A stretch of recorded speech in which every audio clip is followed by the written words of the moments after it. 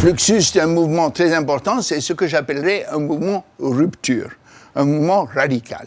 On a eu dans le courant de l'histoire de l'art des mouvements radicaux et rupture. Qu'est-ce que c'est qu'une rupture? Voilà.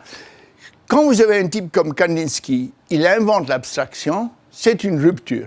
Mais quand 200 mecs commencent à faire de l'abstrait, l'un Poliakov, l'autre Soulages, l'autre chose, et l'école de Paris est remplie d'abstraits, on dit à ce moment-là, ce sont des variateurs, des variations dans l'invention de l'abstraction. C'est à peu près la même chose en science. Il y a la machine à vapeur et toutes les variations de la machine à vapeur. La machine à explosion, toutes les variations de la machine à explosion. Chaque fois, on découvre quelque chose, c'est des variations différentes qui apparaissent. Alors là, quelles sont les variations, les Fluxus? Fluxus est une rupture.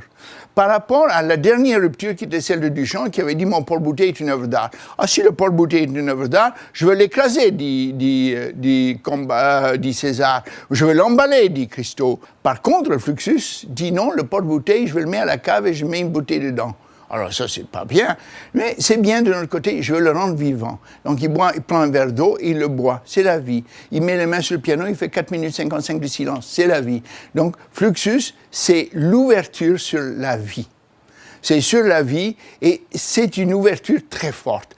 Mais elle rejoint, sans le savoir, le zen. Les Chinois, ça rejoint beaucoup de cultures où la vie était importante, même chez les Inuits, et même chez beaucoup de gens, la vie devient importante à un moment donné, devient un rituel, devient très important. Et donc là, on s'aperçoit que Fluxus est ouvert sur les choses les plus simples de la vie. Par exemple, moi j'avais demandé qui est l'œuvre la plus simple du monde. Et on m'avait dit c'est un type qui cligne de l'œil. Je dis comment il cligne de l'œil? Où ça? J'ai dit mais comment il fait? Il cligne de l'œil. Je dis, comme ça, non. Non, chaque clin d'œil, c'est une œuvre d'art chez lui. Je dis, il faut que j'aille le rencontrer. Je suis allé à New York exprès pour rencontrer le type qui faisait une œuvre d'art de clin d'œil. C'est le plus simple des trucs qu'on pouvait faire. Et ça s'appelait Blink. Blink en anglais veut dire clin d'œil. Voilà, Fluxus.